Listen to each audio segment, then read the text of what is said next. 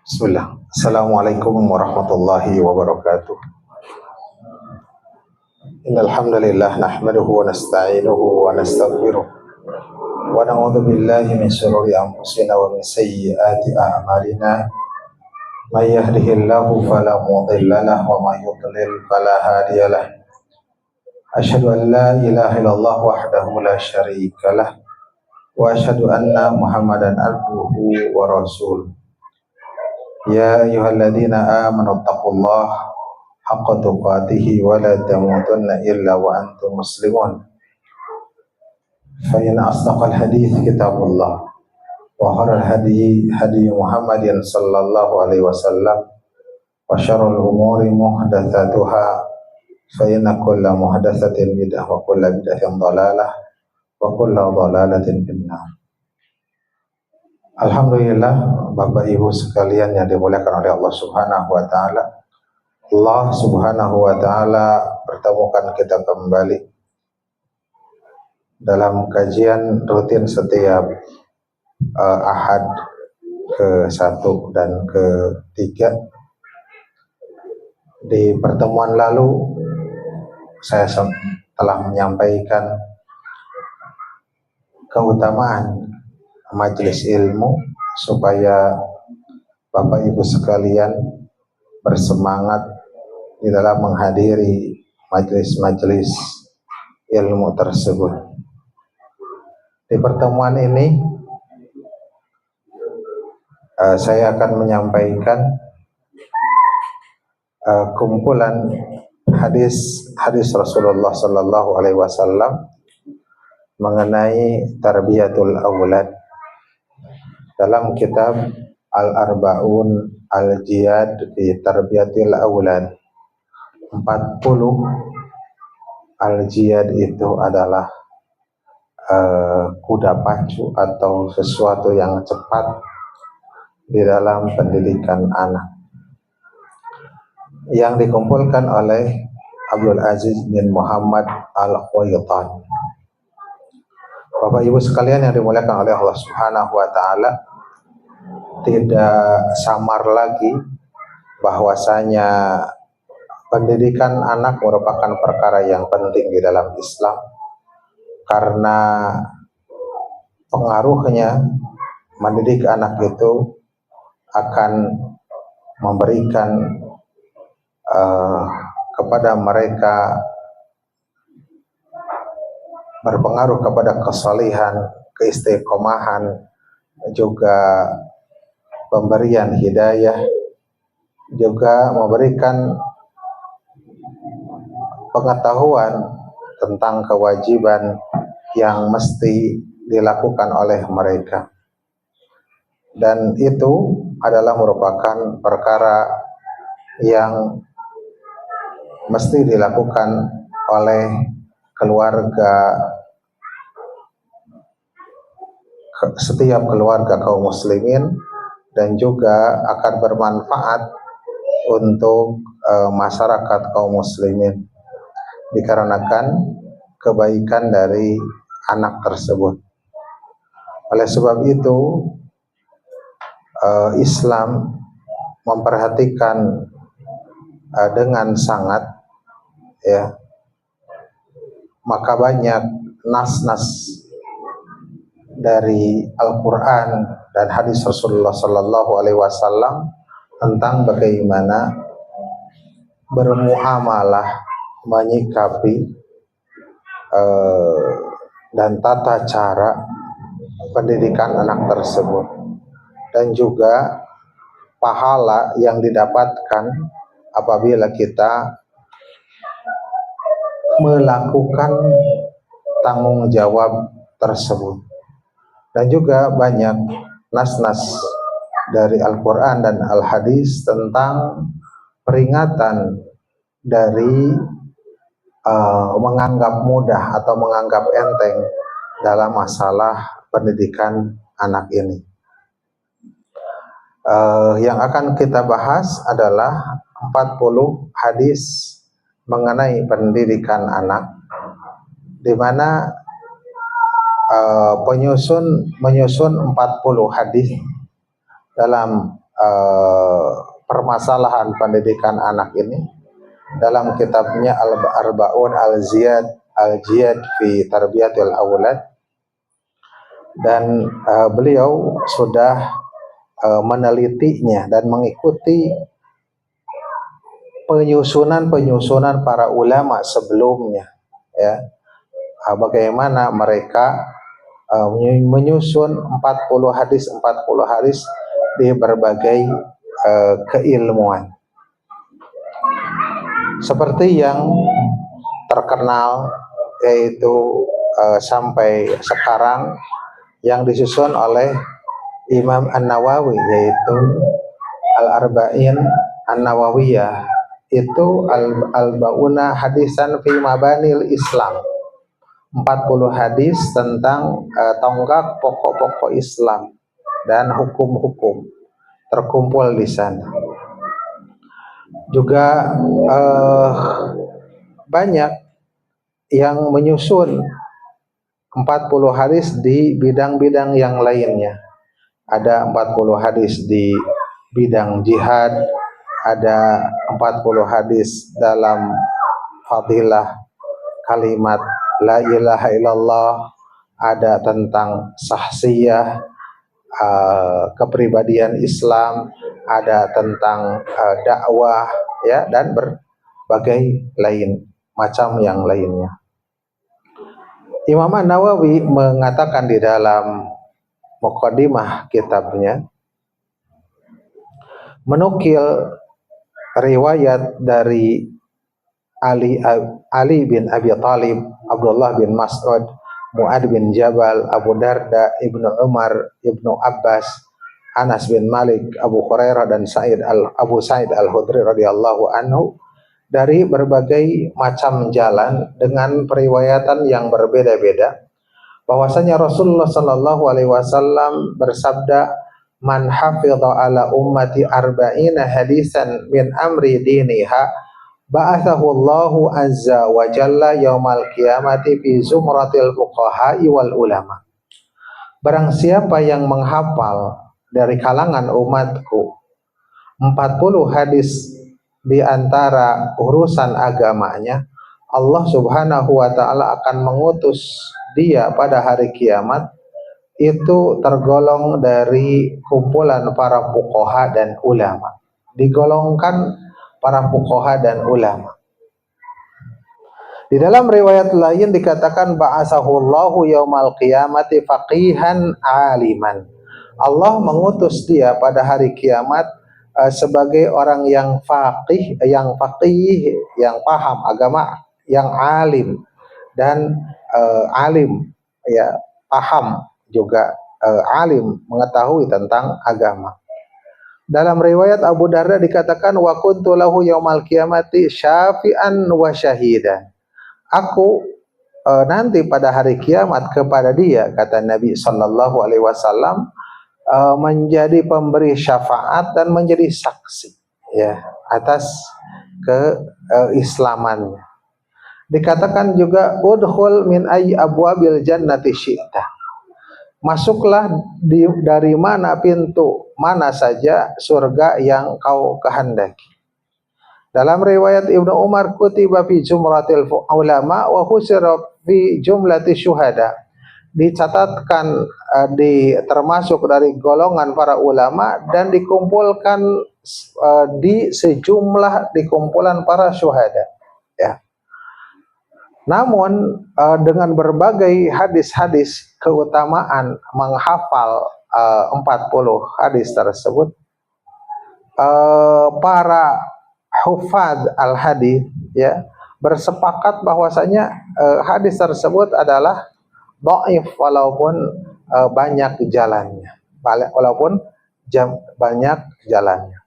Adapun i'timad, Imam An-Nawawi mengumpulkan 40 hadis tersebut bukan berdasarkan hadis-hadis yang tadi, tetapi sandarannya adalah hadis Nabi sallallahu alaihi wasallam yang berbunyi ala liyuballighi syahidu minkumul ghaibah.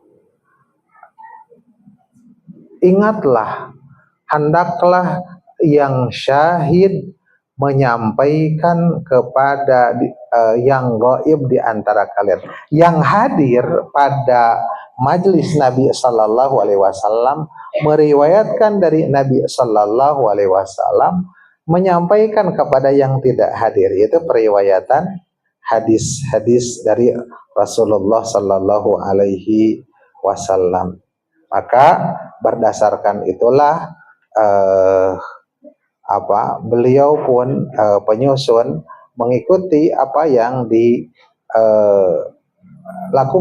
oleh Imam An-Nawawi dan imam-imam yang lainnya, dan berkonsentrasi kepada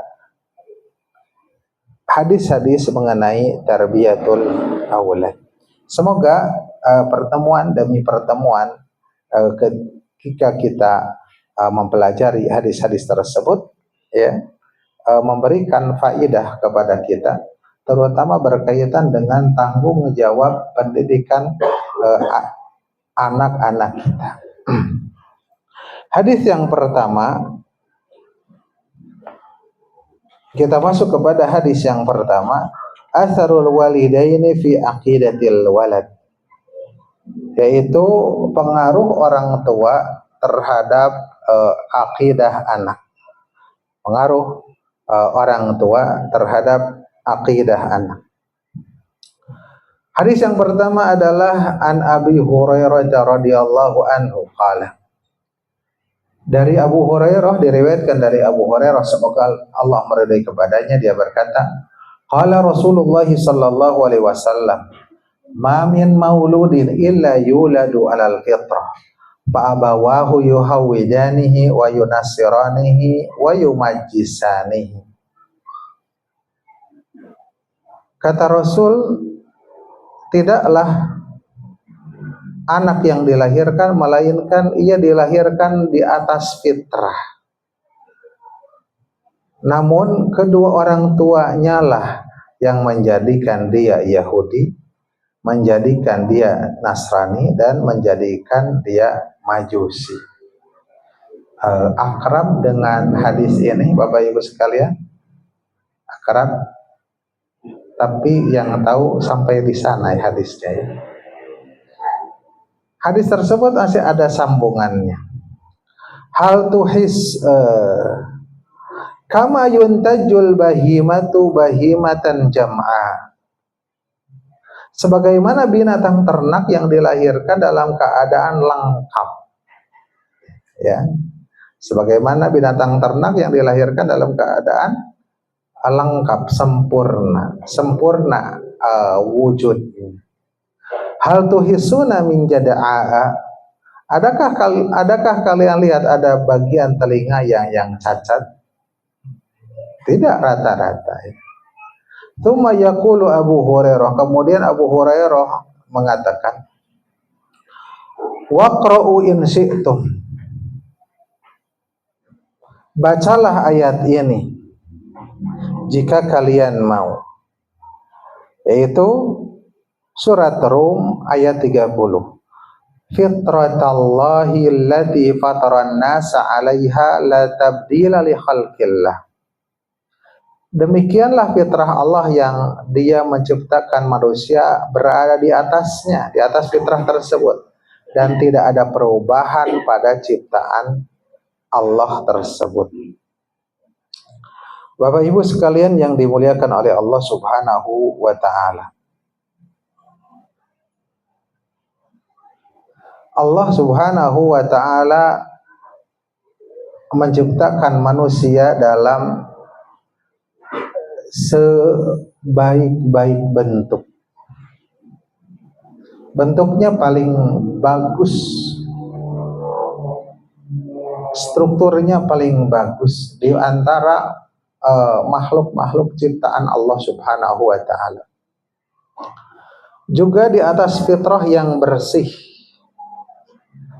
yang kosong dari kekufuran, bersih dari kotoran kemaksiatan, bersih dari buruknya adat atau kebiasaan. Dalam hadis ini tabi'in Muhammad bin Syihab Az-Zuhri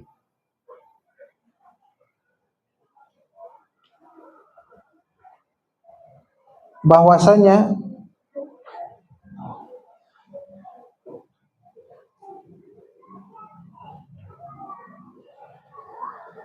dia menyolati atas setiap yang dilahirkan, yang keadaan yang wafat yang dilahirkan, walaupun keadaannya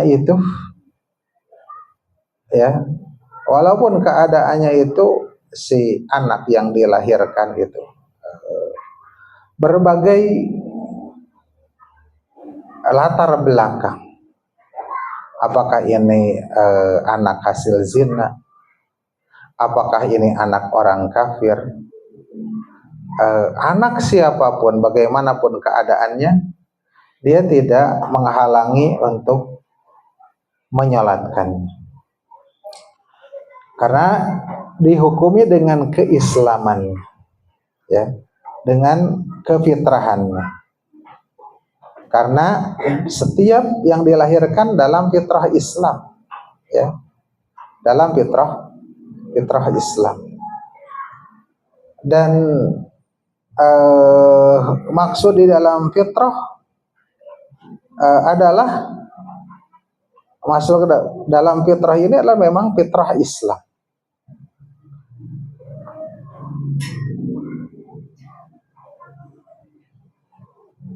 Sebagaimana hadis Rasulullah Sallallahu Alaihi Wasallam yang tadi disampaikan, "Mamin mauludin min bani Adam ila yuladu alal fitratil Islam."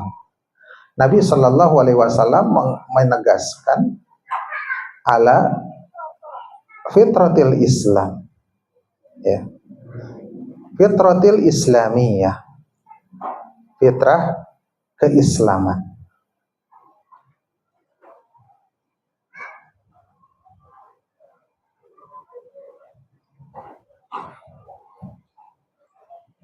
Maka yang merubah, ya, yang merubah atas hal itu adalah lingkungan. Yang merubah atas hal itu adalah orang tua, ya, atau orang yang berperan seperti orang tua. Di mana di antara sifat orang tua adalah orang tua itu adalah orang yang paling toleran dengan anaknya. Orang tua itu diantara adalah tempat curhat dari anak-anaknya. Orang tua itu adalah yang paling banyak berkorban kepada anak-anaknya. Orang tua itu adalah yang suka memberikan berbagai hal kebutuhan kepada anak-anak. Bila seseorang anak itu mendapatkan sesuatu yang seperti seperti yang didapatkan dari orang tuanya, hal-hal tersebut, ya, maka hal tersebut akan mengubah kepada anak tersebut, ya, akan mengubah kepada anak tersebut, karena sifat orang tua adalah seperti itu. Di sini ada faidah hadis Rasulullah Sallallahu Alaihi Wasallam. Dalam hadis ini terdapat faidah bahwasanya semua bayi dilahirkan di atas fitrah Islam, ya, di atas fitrah Islam. Semua bayi dilahirkan di atas fitrah Islam. Kenapa di atas fitrah Islam? Karena di awal masih dalam keadaan di alam ruh, ya, Allah Subhanahu wa Ta'ala telah bertanya terhadap anak yang akan dilahirkan itu dalam keadaan di alam ruh, sebagaimana dalam surat Al-A'raf ayat 172.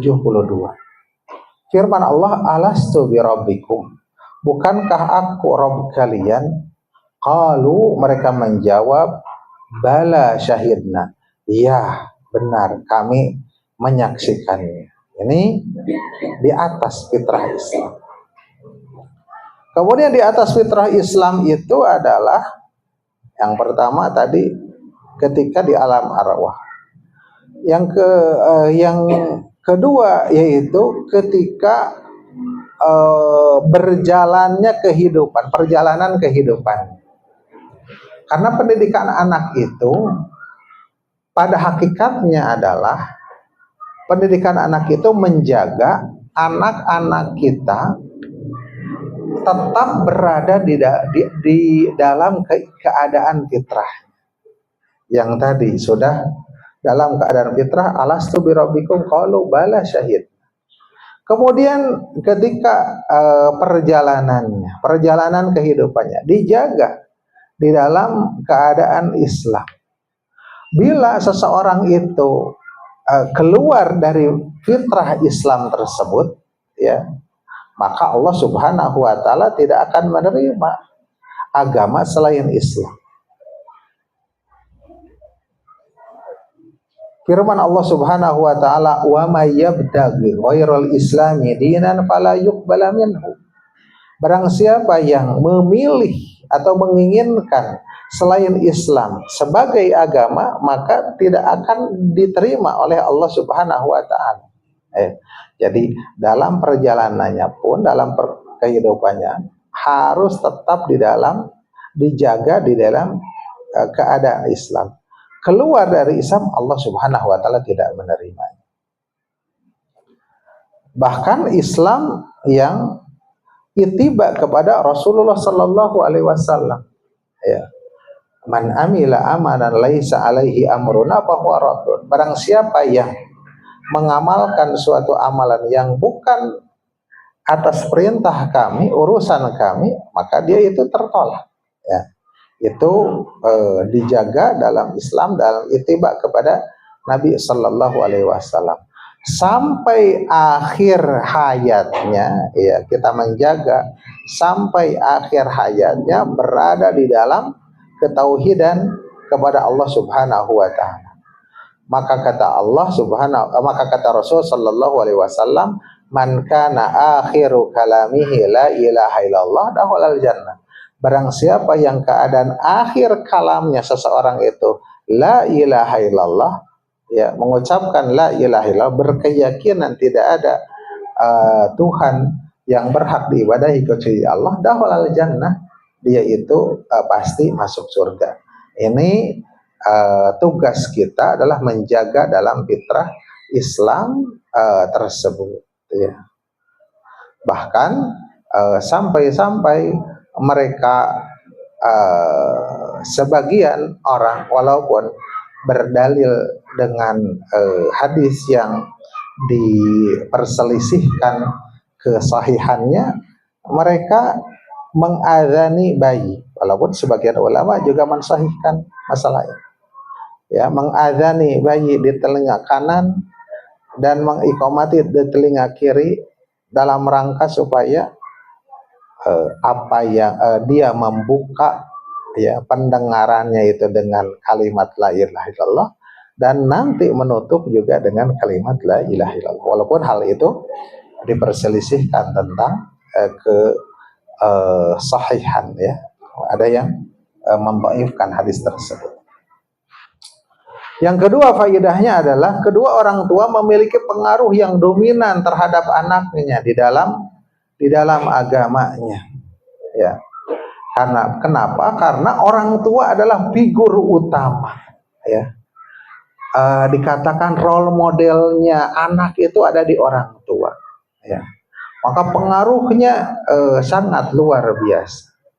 Bahkan kesalihan orang tua itu berpengaruh kepada kesalihan anaknya, ya.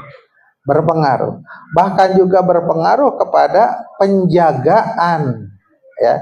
Kesalihan orang tua itu berpengaruh kepada penjagaan terhadap anak itu sendiri. Sebagaimana kisah Nabi Musa dan Khidir, ya. Bagaimana Khidir itu menjaga tembok yang mau roboh karena di bawahnya itu ada harta peninggalan orang tuanya untuk 2 anak yatim, ya. Dan dikatakan di dalam ayatnya wa kana abuhuma salihah, keadaan orang tuanya itu saleh, ya. Itu pengaruh, ya, berpengaruh kepada kesalihan. Sampai-sampai para salaf mengatakan bahwasanya demi anakku itu, ya, la azidanna fi salat, ya, aku benar-benar akan menambah salatku, menambah panjangnya, menambah bacaannya, menambah kualitasnya, dan dalam rangka apa? Dalam rangka untuk anak. Jadi orang tua itu sangat mempengaruhi sekali, ya, terhadap anak-anak di dalam agamanya.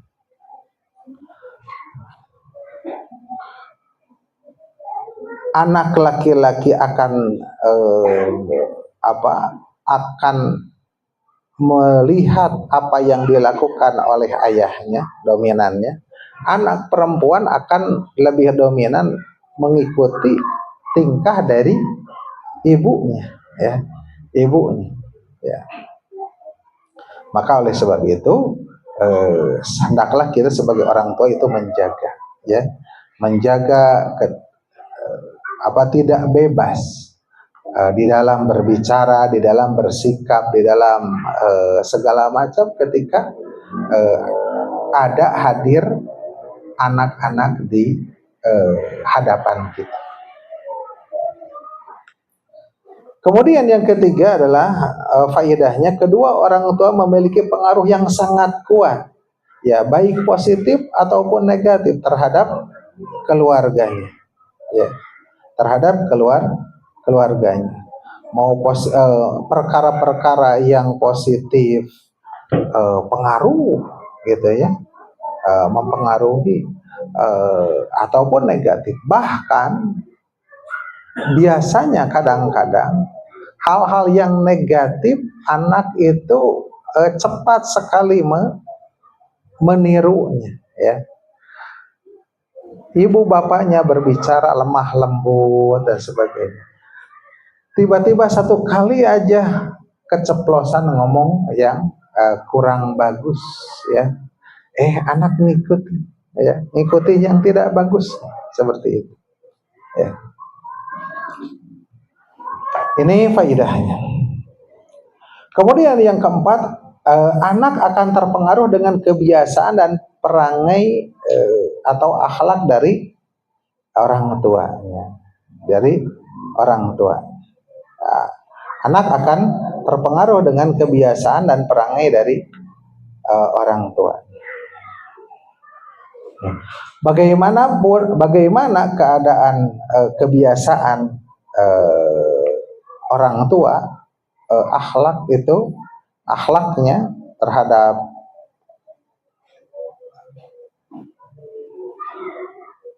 pasangannya, misalkan, ya, bagaimana sikap seorang ayah kepada istrinya, yaitu ibunya, ibu anak-anak tersebut, bagaimana sikap ibunya kepada bapaknya, gitu, ya, itu akan mempengaruhi, ya. Kenapa anak itu tidak menghargai ayahnya? Ya, kemungkinan karena ibunya tidak menghargai. Kenapa anak tidak menghargai ibunya? Karena yang dilihat dari orang tua itu tidak menghargai kepada ibunya, gitu, seperti itu. Jadi kembali lagi kepada hadis Rasulullah SAW, ya, target pendidikan anak kita supaya tetap berada di atas fitrah dan mentarbiyah anak tersebut, ya, dengan sebaik-baik. Dan ada 3 perkara yang harus kita didik terhadap anak itu, ya.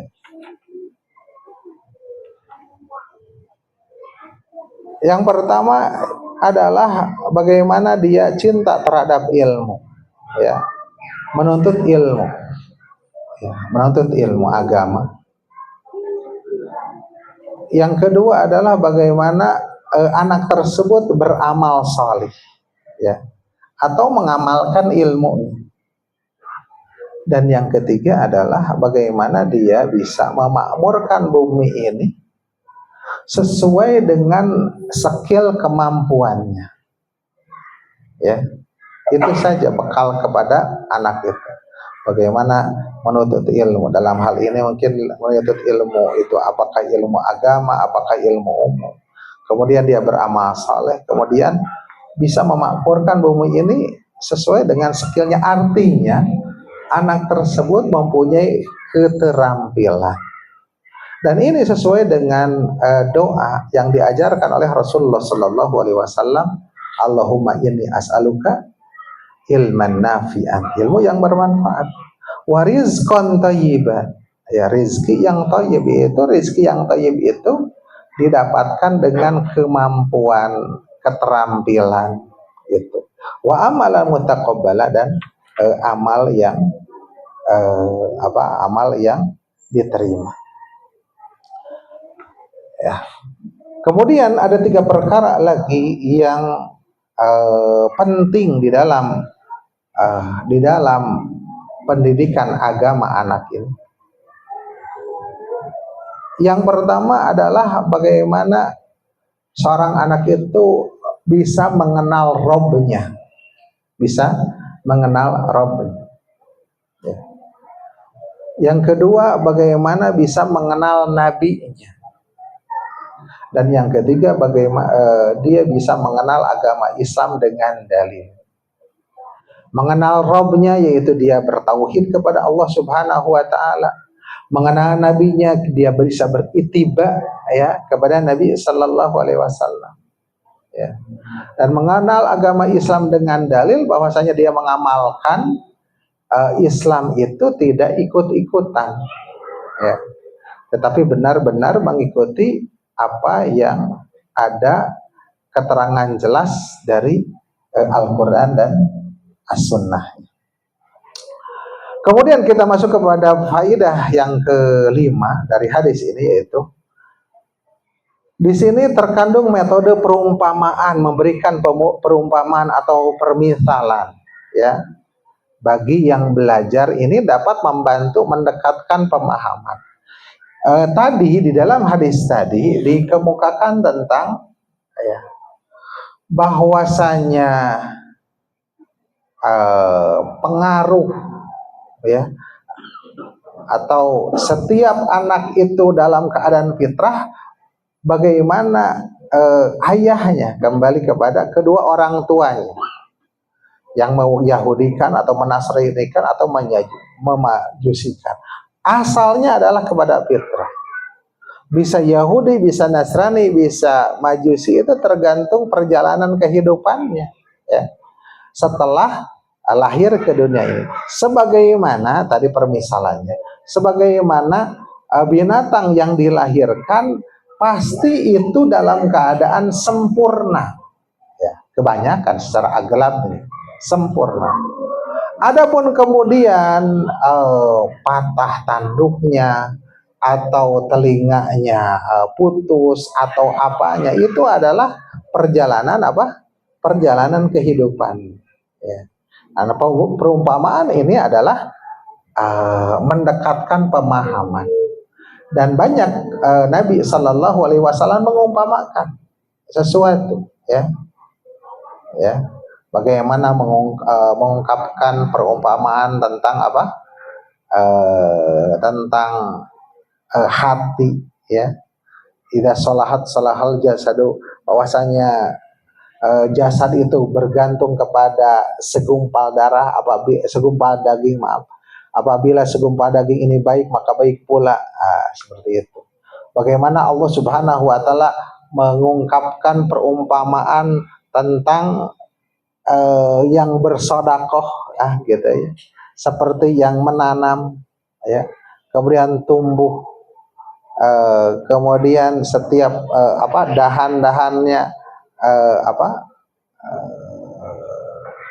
setiap dahannya mempunyai beberapa butir, terus ya, dari satu kebaikan menjadi 70, menjadi 700-an seperti itu.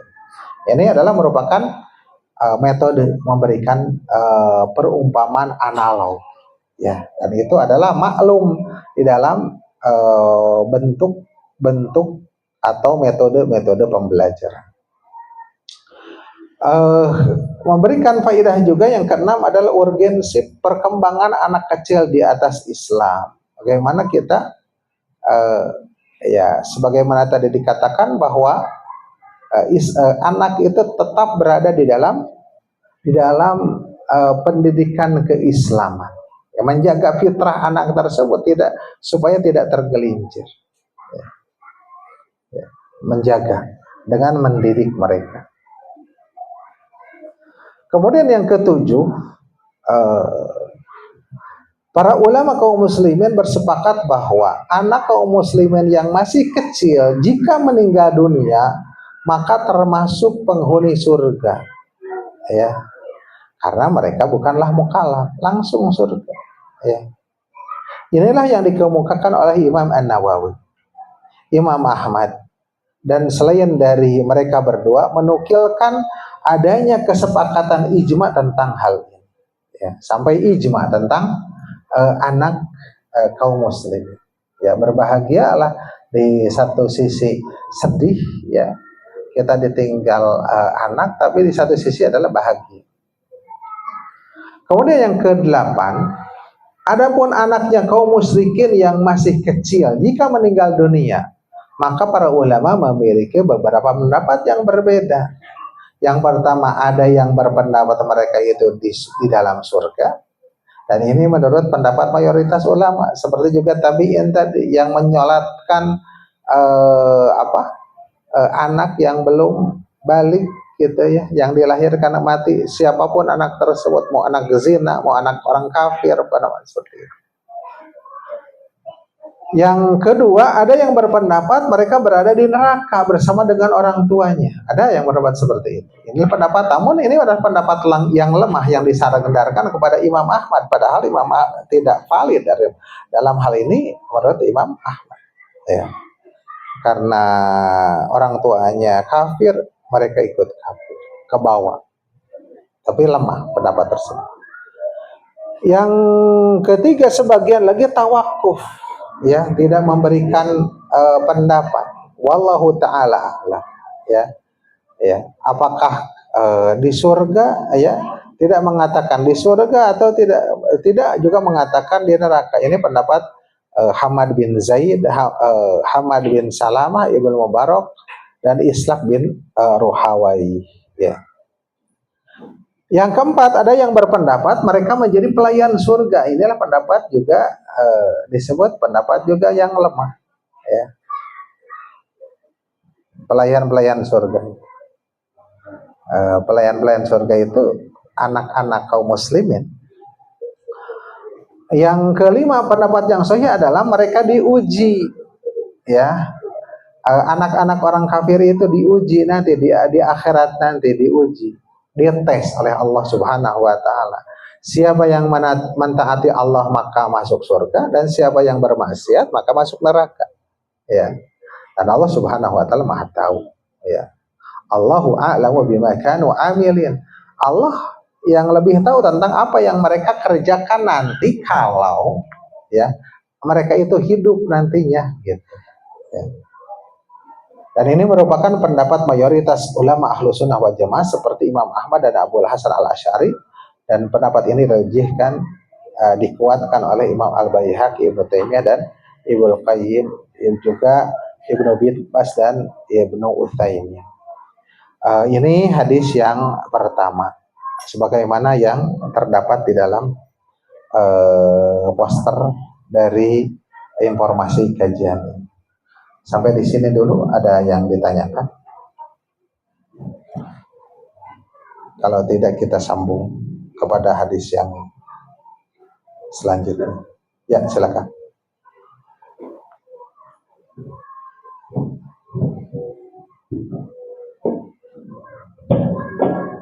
Assalamualaikum warahmatullahi wabarakatuh. Saya mau bertanya, Anda dahulu pernah mendengar sebagian orang itu mengatakan kalau kita ini harus bersyahadat lagi gitu, Ustaz, karena belum pernah bersyahadat gitu. Padahal seperti yang tadi dijelaskan oleh Ustaz bahwa anak yang lahir itu dalam keadaan fitrah Islam, orang tuanya Islam ya tidak perlu bersyahadat lagi. Namun ada sebagian orang itu yang mengatakan bahwa kamu itu belum bersyahadat begitu. Bagaimana bisa tentang hal itu? Ya,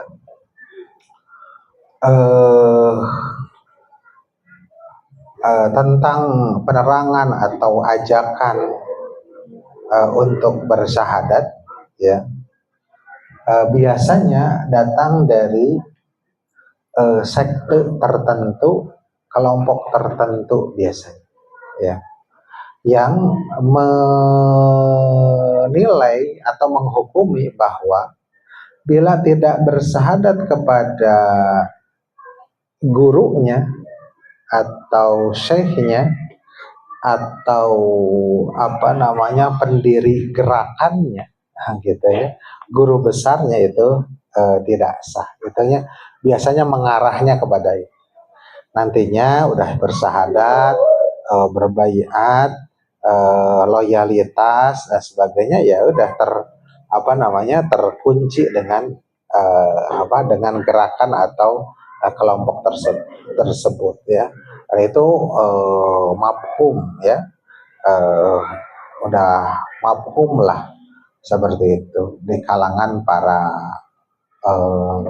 orang-orang yang pernah mengikuti pergerakan-pergerakan, hampir semua seperti itu, ya. Daripada orang-orang yang sudah taubat dari gerakan-gerakan tersebut, semuanya seperti itu, ya. Adapun Islam yang benar tidak seperti itu, ya. Tidak ada pengajian yang tertutup, ya. Tidak ada pembayatan, ya, yang tertutup, tidak ada janji setia, tidak ada, ya. Mungkin berorganisasi, ya mungkin, ya, tapi tidak ada pembayatan. Berorganisasi mungkin, tapi tidak. Demikian itu biasanya, ya, biasanya datang dari kelompok-kelompok tertentu. Mangga selanjutnya ada.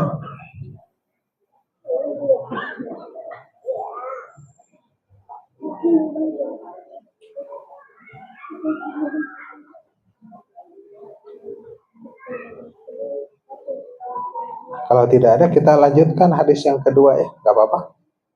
Masih ada waktu? Atau sudah habis? Masih sampai jam berapa ini? Ya, habis waktunya? Ya, kita lanjut, ya. Kan sebulan sekali kajian. Kita masuk kepada hadis yang kedua. An Abdullah bin Umar radhiyallahu anhuma anin Nabi sallallahu alaihi wasallam annahu qala. Dari Abdullah bin Umar, semoga Allah meridai kepada keduanya, dari Nabi sallallahu alaihi wasallam, dia bersabda, ala kullukum ra'in wa kullukum mas'ulun an ra'iyatihi fal amiru alladhi ala nasi ra'in wa huwa mas'ulun an ra'iyatihi wa rajulu ra'in ala ahli baitihi wa huwa mas'ulun anhum wal mar'atu ra'iyatun ala baiti ba'liha wa waladihi wa hiya mas'ulatun anhum wal abdu ra'in ala mali sayyidihi wa huwa mas'ulun anhu ala fa kullukum ra'in wa kullukum mas'ulun an ra'iyatihi. Diriwayatkan oleh Imam Bukhari dan Imam Muslim. Mungkin ada sedikit periwayatan matan yang berbeda yang biasa antum dengar, ya, biasa antum dengar, tapi intinya sama. Dari Abdullah bin Umar radhiyallahu anhu, dari Nabi sallallahu alaihi wasallam, beliau bersabda, ketahuilah sesungguhnya setiap kalian adalah pemimpin dan setiap kalian akan diminta pertanggungjawaban atas yang dipimpinnya. Setiap penguasa, ya, setiap penguasa pemerintah gitu adalah pemimpin bagi rakyatnya dan akan dimintai pertanggungjawaban atas yang dipimpinnya. Itu yang kaitan dengan penguasa. Selanjutnya, seorang laki-laki adalah pemimpin bagi keluarganya dan akan diminta pertanggungjawaban atas mereka. Kita nih, bapak-bapak, ya. Seorang wanita juga pemimpin, ra'iyah, ibu-ibu nih. Seorang wanita juga pemimpin atas rumah dan anak suaminya, ya, atas rumah suaminya dan anak suaminya, dan dia diminta pertanggungjawaban atasnya. Bahkan seorang hamba sahaya juga pemimpin atas harta majikannya yang diamanati dengan harta majikannya, apakah itu bendahara atau itu yang bekerja, dan dia diminta pertanggungjawaban atasnya. Ketahuilah setiap kalian adalah pemimpin dan setiap kalian akan dimintai pertanggungjawaban atas yang dipimpinnya. Apa yang disebut dengan ar-ra'i, ya, tadi yang disebut ar-ra'i pemimpin itu. Ar-ra'i itu adalah al-hafid, yang menjaga, al-mu'taman, yang diberi amanah, al-multazim, salahu ma'tumina alaihi, yang melazimi, ya, kebaikan apa yang diamanatkan, ya, harus bertanggung jawab atas yang diamanatkan. Dan fahuwa matlubun bil adli wal qiyam bi masalihi ra'iyah, maka dia dituntut untuk berbuat adil dan menegakkan kemaslahatan ra'iyahnya, rakyatnya, ya. Adapun yang dipimpin adalah yang dijaga, yang dipertanggungjawabkan oleh yang dipimpin tersebut. Ini hadis ini berjudul tanggung jawab orang tua di dalam mendidik anak. Ini kaitannya dengan pendidikan anak. Di dalam hadis ini ada beberapa faedah. Yang pertama, seorang bapak memiliki tanggung jawab yang besar di dalam mendidik anaknya. Ini seorang bapak kita laki-laki ini memiliki tanggung jawab yang besar di dalam mendidik anak-anak, ya. Maka oleh sebab itu ayat-ayat Al-Quran berkaitan dengan hal-hal itu, ku anfusakum wa ahlikum naro, jagalah ya ayyuhalladzina amanu ku anfusakum wa ahlikum naro, wahai orang yang beriman, jagalah diri-diri kalian dan keluarga kalian dari api neraka. Dalam surat At-Tahrim ayat 6, Allah Subhanahu wa taala berfirman juga, wa'mur ahlaka bis salat, perintahkanlah keluargamu untuk salat, wastabir alaiha, dan sabar atasnya. Harus sabar, ya, dalam memerintahkan salat tersebut, ya. Muru abna'akum bis salati wa hum abna'u sab'i sinin, perintahkanlah anak-anak kalian untuk salat sedang mereka berusia 7 tahun. 7 tahun diperintahkan, sebelum 7 tahun apa? Disuruh untuk belajar, ya, belajar. Belajarnya sebelum 7 tahun, ya. 7 tahunnya diperintahkan, ya, diilmui, dikasih ilmunya, ya. Wadribuhum alaiha, dan pukullah mereka, wahum abna'u asrin, sedang mereka berusia 10 tahun, ya. Udah 10 tahun ini masih bolong-bolong salatnya, masih lalai salatnya, maka pukul, ya. Pukul dikatakan oleh para ulama dengan siwak, dengan semacam siwak, ya. Bukan pukulan yang membuat cacat, tapi darbun ghairu mubarrihin, pukulan yang tidak membuat cacat atau berdarah atau ada bekasnya, seperti itu. Wa farriqu bainahum fil madaji, ya. Wa farriqu bainahum fil madaji, dan pisahkan mereka di antara mereka di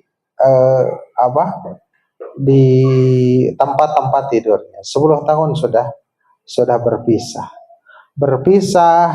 Apakah berpisah ranjangnya? Kalau sesama jenis satu kamar tapi berpisah ranjang.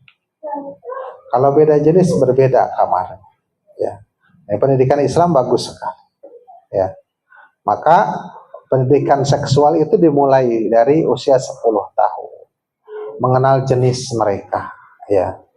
Kenapa terjadi perkara-perkara yang menyesakkan dada? Ya. Adik, kakak, terjadi pelecehan seksual yang dilakukan oleh kakak dan sebagainya. Itu karena pendidikan seksual antar mereka ya tidak dipisahkan. Seperti itu. Dan ancaman bagi seseorang yang lalai terhadap pendidikan anak tersebut. Yang kedua, seorang ibu juga memiliki tanggung jawab yang besar di dalam mendidik anak-anaknya, bukan hanya bapak, ya. Maka tadi wal mar'atu ra'iyatun. Wanita juga sebagai ra'iyah, ya. Di baiti ba'liha, ya. Ala baiti ba'liha, di rumah suami. Ya. Ini menunjukkan bahwasanya yang kewajiban suami adalah memberikan rumah. Kalau tidak bisa memberikan, menyewakan. Karena yang memberikan rumah itu adalah laki-laki. Ya, karena kewajiban laki-laki itu memberi makan, memberikan pakaian, memberikan rumah, memberikan kesehatan, ya, pengobatan.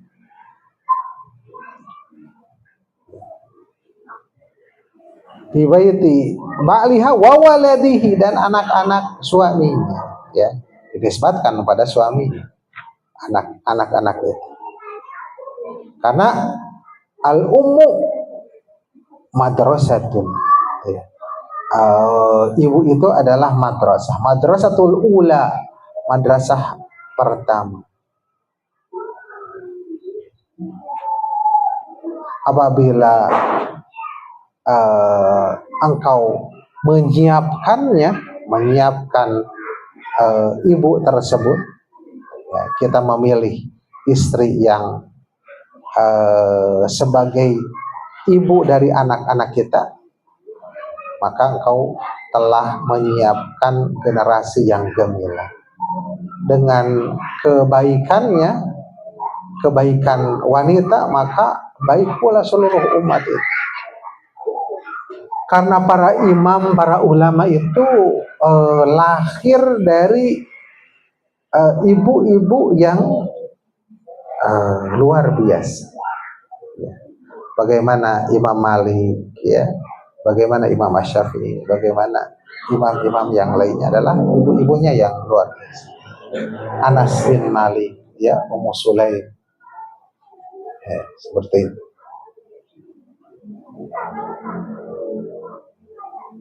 Yang ketiga, keduanya yaitu bapak dan ibu itu akan ditanya di hari kiamat tentang yang dipimpinnya, ya, yang dipimpinnya. Jadi kita sebagai ayah, sebagai ibu akan ditanya dari yang dipimpinnya itu, di anak-anak kita, bagaimana pendidikan.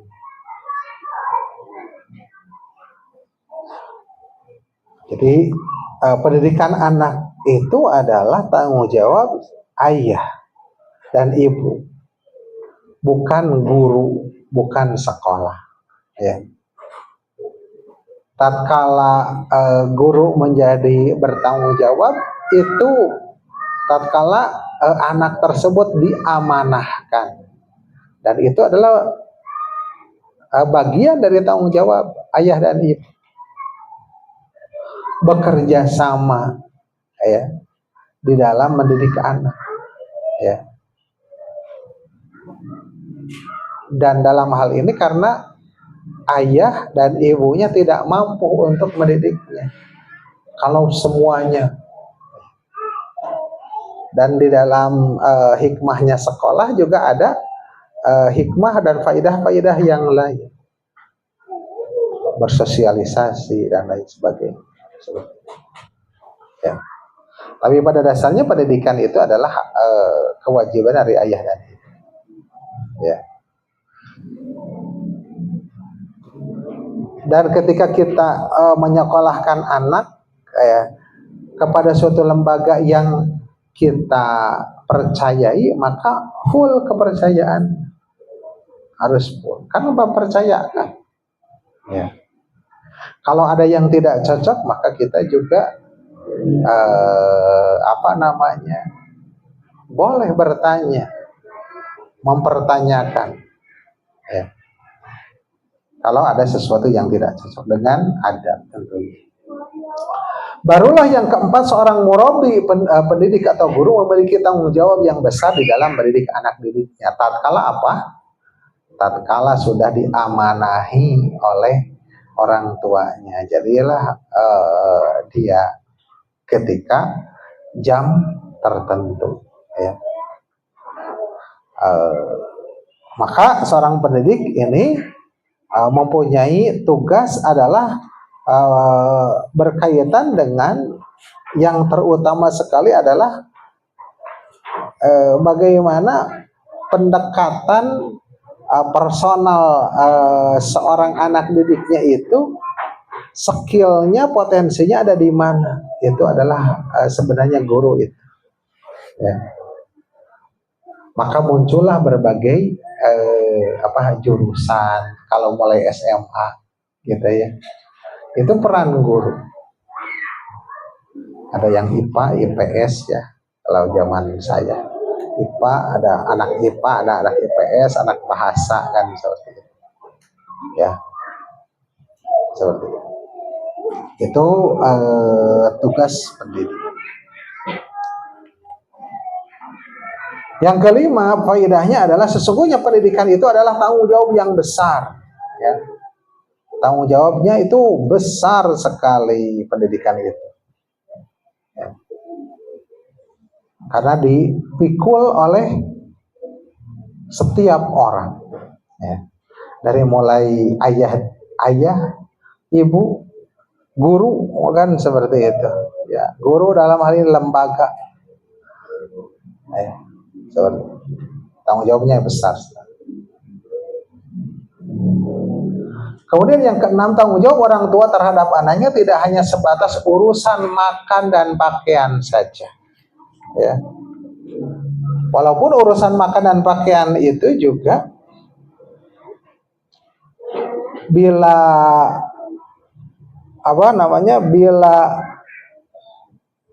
melalaikan hal itu, kata Abdullah bin Amr, Rasulullah Shallallahu Alaihi Wasallam bersabda, "Kafa bil mar'i ithman an yudayyi'a man yaqutu."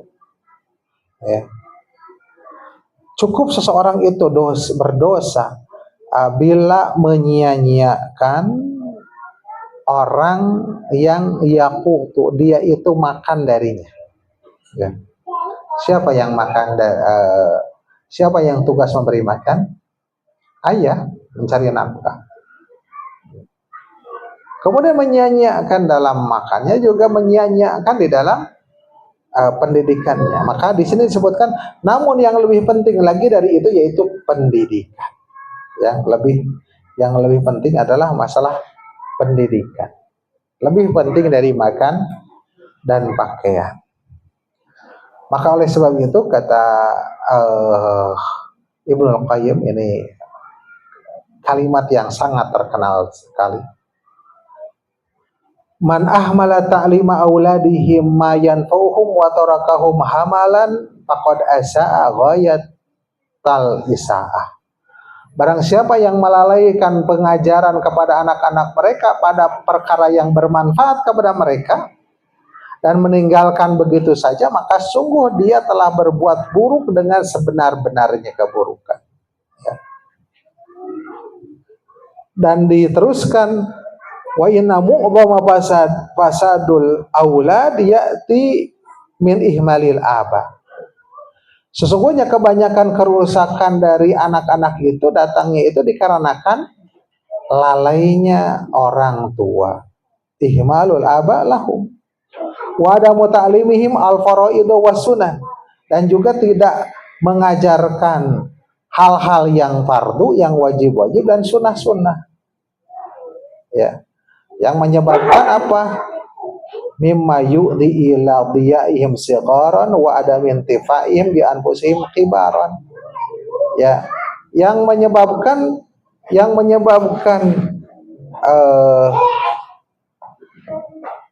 menyia-nyiakan ketika waktu kecil dan tidak bisa mengambil manfaat untuk dirinya sendiri ketika anak tersebut sudah dewasa. Kenapa? Karena masa kecilnya seperti itu. Ini adalah merupakan kata-kata yang bagus dari Ibnu Qayyim al-Jauziyah bagaimana terkait dengan tanggung jawab kita sebagai kedua orang tua. Demikian faedah hadis yang kedua. Sampai di sini barangkali ada yang ditanyakan, dipersilahkan. Assalamualaikum Ustaz, mau bertanya lagi. Bagaimana bila keadaannya misalkan seorang orang tua ini tidak mendidik anaknya, lalu ketika orang tua ini lanjut usia, mereka bertobat Ustaz. Akhirnya mereka mendapat hidayah, tapi si anak ini udah terlanjur besar dan menjadi anak nakal gitu Ustaz. Karena dulunya mereka lalai tidak memberikan pendidikan agama Islam yang benar. Seperti yang Ustaz tadi sampaikan bahwa orang tua itu akan bertanggung jawab di akhirat terhadap anak-anaknya. Bagaimana dengan kondisi orang tua ini yang sudah bertobat gitu? Iya. Bagaimana bila orang tua itu bertobat kepada Allah Subhanahu wa taala atas segala kelalaian yang telah dilakukan, ya. Tobat itu ada syarat-syaratnya diterima tobat tersebut.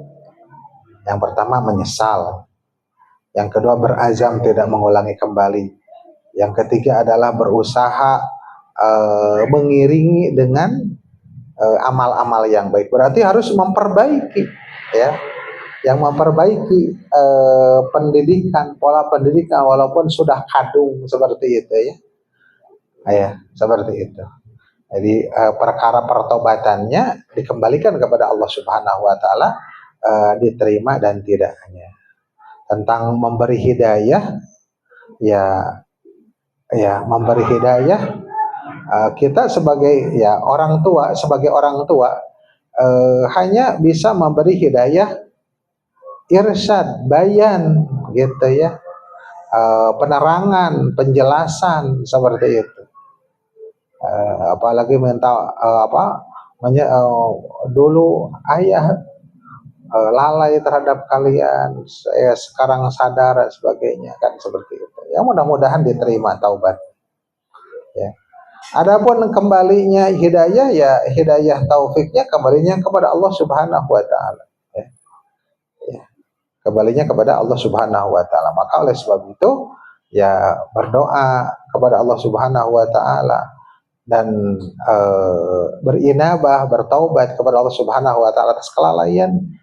Semoga dengan hal itu menyadarkan, ya kalau tidak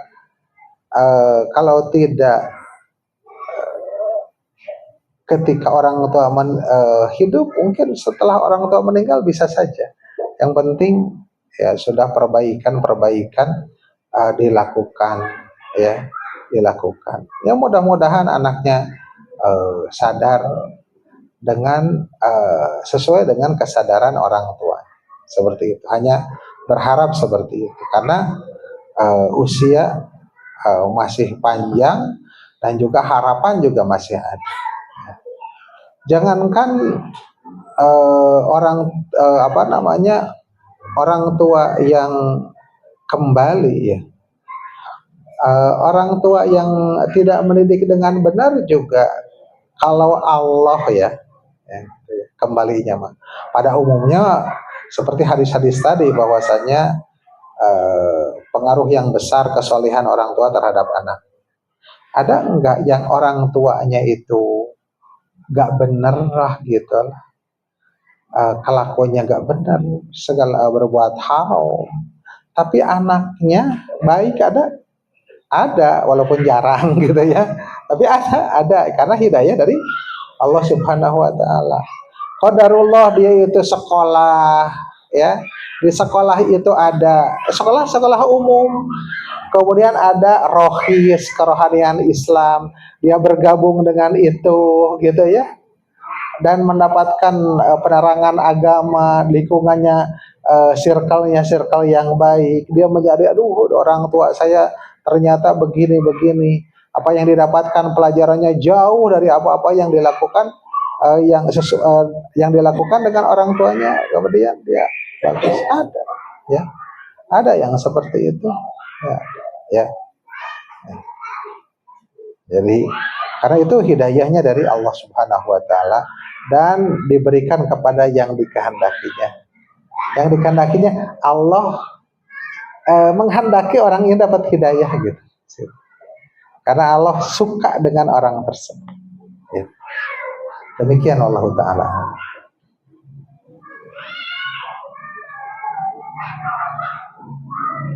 Cekap ya. Demikian yang bisa disampaikan dua hadis Rasulullah Sallallahu Alaihi Wasallam. Mudah-mudahan apa yang kita pelajari di sore hari ini bermanfaat.